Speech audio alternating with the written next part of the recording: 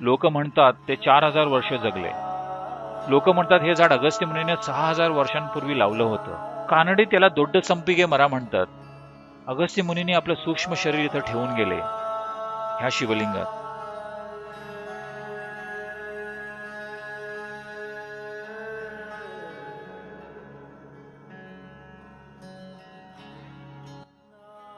योगाचा सर्वात पहिला दीक्षाविधी हिमालयातील कांती सरोवराच्या किनारी पार पाडला गेला. केदारनाथ पासून अंदाजे 6 ते 7 किलोमीटर दूर. त्याला कांती सरोवर असं म्हणतात. कांती सरोवर म्हणजे कृपेचं सरोवर. त्याला कृपेचं सरोवर असं म्हटलं गेलं कारण ह्या सरोवराच्या किनाऱ्यावर पहिला योग कार्यक्रम पार पाडला गेला, साधारण 12 ते 15 हजार वर्षांपूर्वी.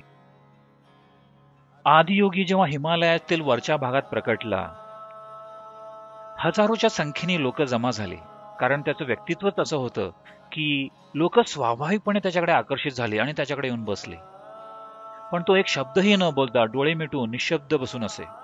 लोक वाट पाहत बसून राहिली. तो असाच नुसता बसून राहिला महिनोन महिने, कुठलीच हालचाल न करता. लोकांना कळलं जर एखादा असा निश्चल बसत असेल तर नक्कीच तो त्याच्या भौतिक स्वरूपाच्या पलीकडे पोचला असणार, नाहीतर तो असं बसून असणं शक्यच नाही. सगळी लोक निघून गेली. फक्त 7 जणांनी त्याला जाणलं आणि त्याच्यावर बसून राहिले. हे 7 लोक आज आपण सप्तऋषी म्हणून ओळखतो. आपण त्यांना 7 दिव्य ऋषी म्हणून संबोधतो. आदियोगीने त्यांना काही प्राथमिक साधना दिली आणि म्हटलं तुम्ही ही साधना करा, आपण बघू. मग एके दिवशी आदियोगीचं लक्ष त्यांच्यावर पडलं आणि त्यानं पाहिले 7ही जण प्रखर साधनेने झळाळून अतिशय ग्रहणशील बनले होते. जो अस्तित्वाचं सत्य जाणतो, जेव्हा तो अशी झळाळणारी ग्रहणशील माणसं पाहतो, तो गप्प बसू शकत नाही. त्यानं पाहिलं हे 7ही जण आता परिपक्व झाले आहेत, म्हणून तो खाली बसला कांती सरोवराच्या किनाऱ्यावर आणि योग विज्ञान विशद करायला सुरुवात केली. हे विज्ञान आत्मसात करण्यासाठी, हे गूढ ज्ञान आत्मसात करण्यासाठी आणि ते मनुष्यात प्रस्थापित करण्यासाठी हे 7ही साधक प्रदीर्घ काळ मौनावस्थेत बसून राहिले. त्यांच्यापैकी सर्वात उज्ज्वल, जो आम्हा सर्वांसाठी फार महत्वाचा आहे, ज्यानं हिमालयाच्या दक्षिणेस जायचं ठरवलं, तो म्हणजे अगस्त्य मुनी. त्यांनी स्वतः अतिशय खडतर आणि भूमिगत राहून साधना केली. अगदी निश्चल मौनावस्थेत राहून हजारो वर्षे. आणि मग जेव्हा ते त्या साधनेतून बाहेर आले, आदियोगीने दीक्षित केलेलं ज्ञान त्यांनी पूर्णपणे आपल्यात आत्मसात केलं. केवळ फक्त बौद्धिक पातळीवर जाणून घेतलं नाही, तर त्यांच्या अवघ्या शरीराच्या कणाकणात एक स्पंदन म्हणून भिनलं गेलं. त्यांच्या आयुष्याचं ध्येय पूर्ण करण्यासाठी ते दक्षिणेस निघाले. 7ही जणांपैकी ते सर्वात उज्ज्वल म्हणून उभरून आले. कारण ज्या प्रखर ताकदीनिशी त्यांनी हे ज्ञान सर्वत्र पसरवलं,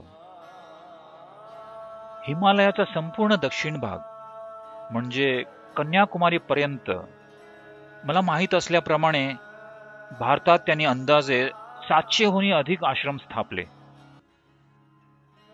छोटी मोठी अनेक स्थानं त्यांनी स्थापली, पण त्या काही आपण हिशोबात धरत नाही. पण एक परिपूर्ण आश्रम जिथं वर्षानुवर्षे साधना होत राहिली, एका गुरुची तिथं नेमणूक केली, जिथं अखंडपणे साधना होत राहिली.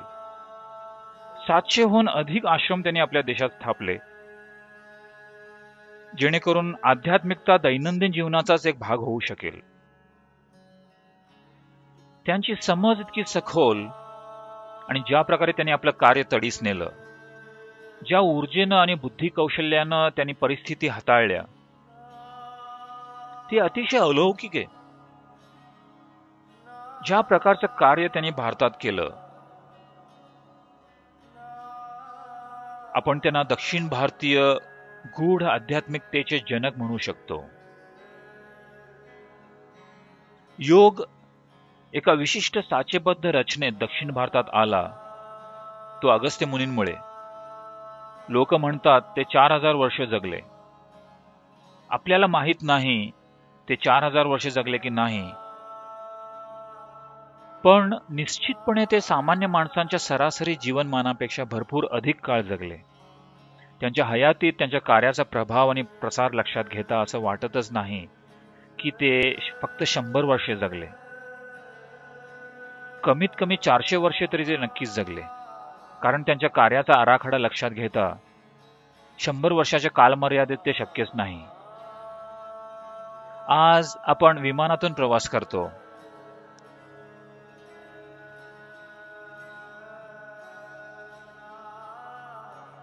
त्यामुळे अनेक गोष्टी आज आपल्याला करणं शक्य आहे कमी वेळात. पण ज्या प्रकारचा प्रवास अगस्त्य मुनींनी केला, पायी चालत, एका मनुष्याला ते अशक्य आहे. सरासरी मानवी जीवनाच्या कालखंडात निश्चितपणे ते एक दीर्घ आयुष्य जगले. कदाचित 400 वर्ष, कदाचित 4000, किंवा कदाचित लोक 1 जास्त लावत असतील.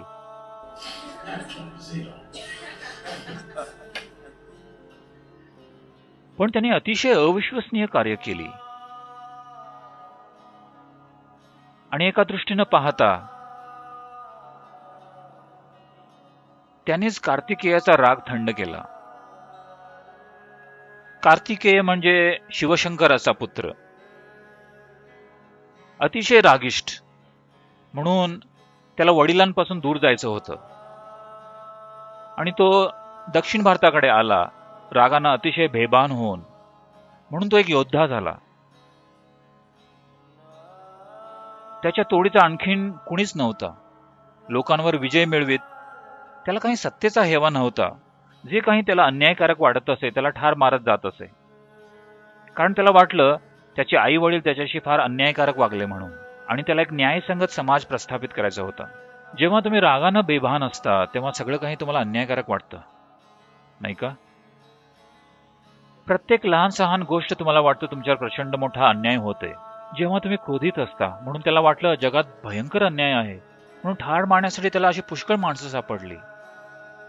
एकामागून एक अशी अनेक युद्ध तो लढला भारताच्या दक्षिणेस जाताना. आणि अगस्त्य मुनींनी त्याच्या ह्या रागाचा वापर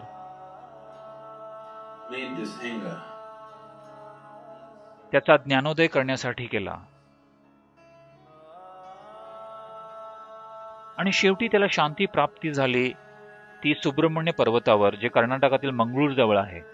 त्यानं त्याची तलवार शेवटी सुब्रह्मण्यात धुतली. काही काळ तिथं राहिला आणि मग कुमार पर्वतावर गेला, जिथं त्यानं उभ्यानं समाधी घेतली. तर ही विलक्षण कला, जिथं कार्तिकेयाचा क्रोध त्याच्या ज्ञानोदयासाठी केला, हे अगस्त्य मुनींचं महत्वाचं कार्य आहे. आणि दक्षिण भारताचे सगळे सिद्धयोगी हे अगस्त्य मुनींच्या परंपरेतून येतात. आणि मी सुद्धा जे काही करतो ते सुद्धा त्यांनी निर्माण केलेल्या मार्गाचाच एक छोटासा भाग आहे. त्यांनी एक विशालकाय असं स्थान निर्माण केलं. मी त्यात फक्त एका खोलीची भर घालतोय, कारण दक्षिण भारतीय गूढ अध्यात्माला एक विशिष्ट प्रकारचा दरवळ आहे, तो केवळ अगस्त्य मुनींमुळे. तर 7 जणांपैकी अगस्त्य मुनींनीच सर्वाधिक मोठा प्रदेश निवडला त्यांच्या आध्यात्मिक कार्यासाठी, आणि त्याचा वेगवेगळ्या मार्गाने त्याचा प्रसार करण्यासाठी ते अहोरात्र झटले. त्यांनी याची खात्री केली की थोडीफार आध्यात्मिकता ही प्रत्येकाच्या जीवनात असेल. आता ती नाहीशी होत असेल, पण तुमच्या मागची पिढी पाहाल तर तुम्हाला कळेल आजही ती आहे बहुतांशी. दक्षिण भारतात एक सर्वसामान्य शेतकरी सुद्धा, किंवा उत्तर प्रदेशापलीकडील सुद्धा, आणि दक्षिण भारताखालील संपूर्ण प्रदेश एका सामान्य शेतकऱ्यात सुद्धा अध्यात्माचा अंश आहे. हे अगस्त्य मुनींचंच कार्य आहे.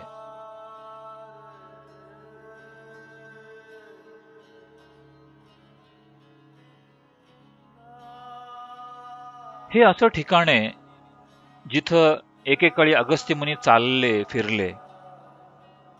कदाचित ह्या मंदिराला सुद्धा त्यांनी भेट दिली असेल. एकतर स्वतः ते इथं आले, किंवा त्यांच्याच एका माणसाला इथं पाठवलं असेल, कारण इथल्या शिवलिंगाचं स्वरूपच असे की त्यावर अगस्त्य मुनींच्या कार्यकुशलतेचा प्रभाव दिसून येतो. एकतर ते स्वतः किंवा त्यांच्यासारखाच कोणी एखाद्या योग्यानं हे शिवलिंग प्राणप्रतिष्ठित केलेलं आहे, जी एक शुद्ध क्रिया आहे, अर्थात 100% ऊर्जा आधारित प्राणप्रतिष्ठापना. आणखी काही नाही, मंत्र नाही, तंत्र नाही, दुसरं काहीच नाही. हे एक 100% ऊर्जा आधारित उभारलेलं शिवलिंग आहे. आणि मी सुद्धा त्याच प्रकारात मोडतो. आणि ही एकच गोष्ट मला माहिती आहे, जीवन एका आयामातून दुसऱ्या आयामात मी सहज रूपांतरित करू शकतो केवळ ऊर्जेचा वापर करून. मला मंत्रकोश माहिती नाहीत किंवा कुठले विधी रीतिरिवाजही मला माहिती नाहीत. मला दुसरं काही माहिती नाही. कुठल्याच विधीशिवाय फक्त केवळ ऊर्जा एका आयामातून दुसऱ्या आयामात बदलतो. तुम्हाला माहिती आहे गुप्त काशी म्हणजे काय? गुप्त म्हणजे गुपित. काशी म्हणजे वाराणसी ऐकलं असेल तुम्ही. काशी विश्वातील सगळ्यात पवित्र शहर आहे. विद्येचे एक सर्वात प्राचीन शहर. हे असं शहर आहे जिथं एकेकडे हजारो आत्मज्ञानी लोक राहत असत. beings lived at a time. शहराच्या प्रत्येक कानाकोपऱ्यात एक आत्मज्ञानी पुरुष तुम्हाला सहज भेटायचा. तर काशी म्हणजे अतिशय पवित्र स्थान. तर वाराणसी ही मुख्य काशी आहे केदारनाथ नंतर गुप्त काशी. कुणालाही ह्या काशीचा ठाव लागला नाही पाहिजे.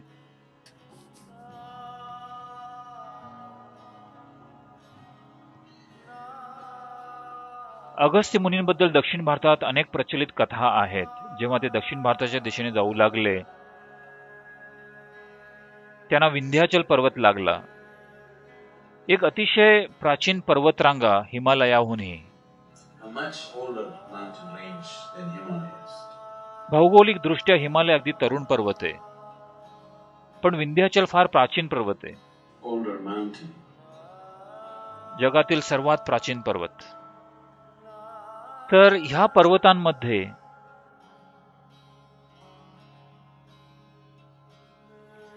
हिमालय पर्वताला पर्वतांचा राजा म्हणून ओळखलं जातं. म्हणून जेव्हा अगस्त्य मुनी दक्षिण भारताच्या दिशेने जाऊ लागले विंध्याचल पर्वताला फार राग आला आणि त्यानं अगस्त्य मुनींना रोखून धरलं आणि विचारलं, हिमालय एक छोटा बालक आहे माझ्या तुलनेत. तुम्ही हे असं कसं करू शकता? त्याला तुम्ही पर्वतांचा राजा कसं काय करू शकता? अगस्त्य मुनींना माहिती होतं जर पर्वत क्रोधी झाला तर मग काही खरं नाही. एका पुरुषाला जर राग आला तर परिस्थिती बिघडून जातात. आणि जेव्हा पर्वताला राग येतो तेव्हा काय करेल हे सांगता येणार नाही. तर अगस्त्य मुनी जेव्हा खाली बसले, कारण विंध्याचल त्यांचा भक्त होता, तो त्यांच्यासमोर नतमस्तक झाला. म्हणून अगस्त्य मुनींनी म्हटलं, असाच नतमस्तक स्थितीत थांब, मी जरा दक्षिणेत जाऊन येतो आणि मग तुझी काय तक्रार आहे ते मी बघेन. आणि विंध्याचल तसाच नतमस्तक स्थितीत निश्चल राहिला अगस्त्य मुनींची वाट पाहत. अगस्त्य मुनी कधीच पुन्हा तिथे फिरकले नाहीत. आणि जेव्हा पुन्हा एकदा त्यांना उत्तर भारतात जावं लागलं ते एका दुसऱ्याच मार्गाने तिथे गेले, जगन्नाथपुरी मार्गे, जेणेकरून विंध्याचल टाळता येईल आणि विंध्याचल तसाच नतमस्तक राहू शकेल. काय माहीत ज्वालामुखीप्रमाणे उभाळून यायला नको. म्हणून विंध्याचल असा लहान राहिला कारण तो नतमस्तक आहे. He is small because he is bowed down. Himalaya असा उंच आहे कारण तो असा उभा आहे आणि अजूनही वाढतोय. दख्खनच्या पठारात कुठेही तुम्ही गेलात, बहुधा सगळीकडे तुम्ही पाहाल एका गावात कोणी म्हणेल, ह्या गुहेत अगस्त्य मुनीने ध्यान केलं होतं, ह्या ठिकाणी अगस्त्य मुनीने हे केलं. बिआर हिल्स मधल्या सगळ्या ठिकाणांपैकी बिलिगिरी रंगन बेट्ट, जे कर्नाटकातील चामराजनगर जिल्ह्यात आहे,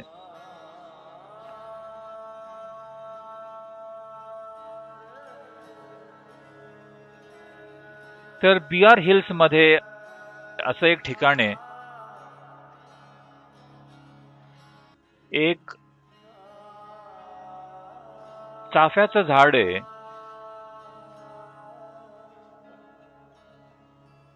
अतिशय सुगंधी फुलाचं. तिथले लोक म्हणतात हे झाड अगस्त्य मुनीनं लावलं होतं. पाहायला निश्चितपणे ते अविश्वसनीयरित्या अगदी जुनं झाड वाटतं. आता ते ओबडधोबड खोडानं भरलेलं आहे. त्याच्यासारख्या इतर झाडांच्या तुलनेत ते नक्कीच अतिशय जुनं आहे. लोक म्हणतात हे झाड अगस्त्य मुनीने 6000 वर्षांपूर्वी लावलं होतं. कानडी त्याला दोड्ड संपिगे मरा म्हणतात. दोड्ड संपिगे म्हणजे मोठा चाफा, कारण ते इतकं विशाल आहे. अगस्त्य मुनीने ते लावलं आणि काही काळ ते तिथं राहिले.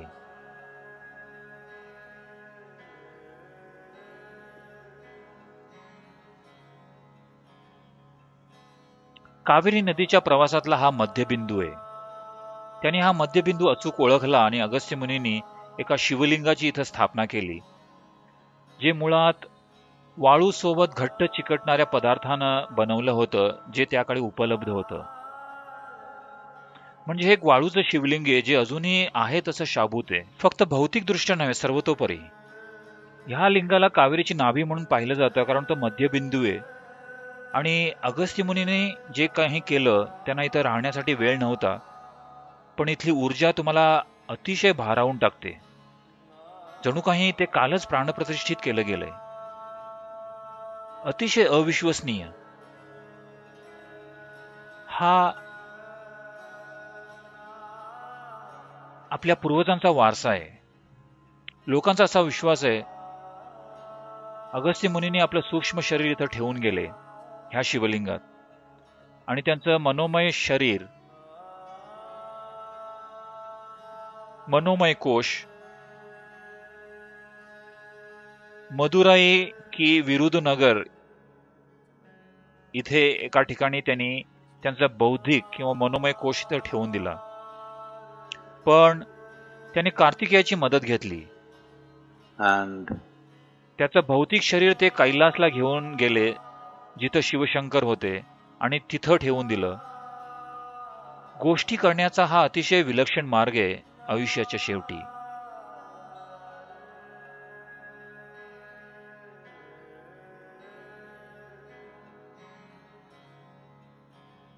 कैलास हे अध्यात्माचं एक प्रचंड मोठं ग्रंथालय आहे.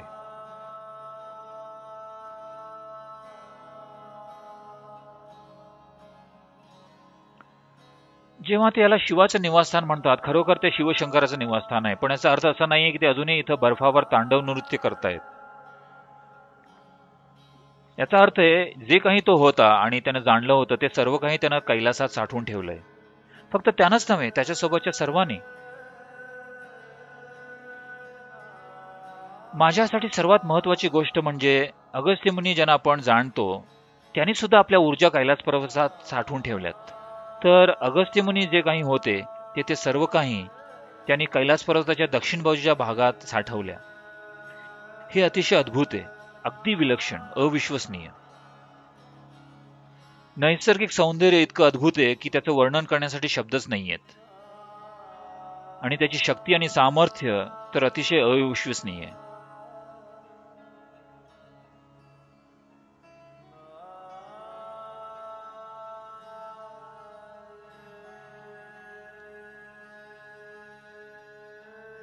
तर अगस्त्य मुनी दक्षिण भारतीय गूढ अध्यात्माचे स्रोत आहेत.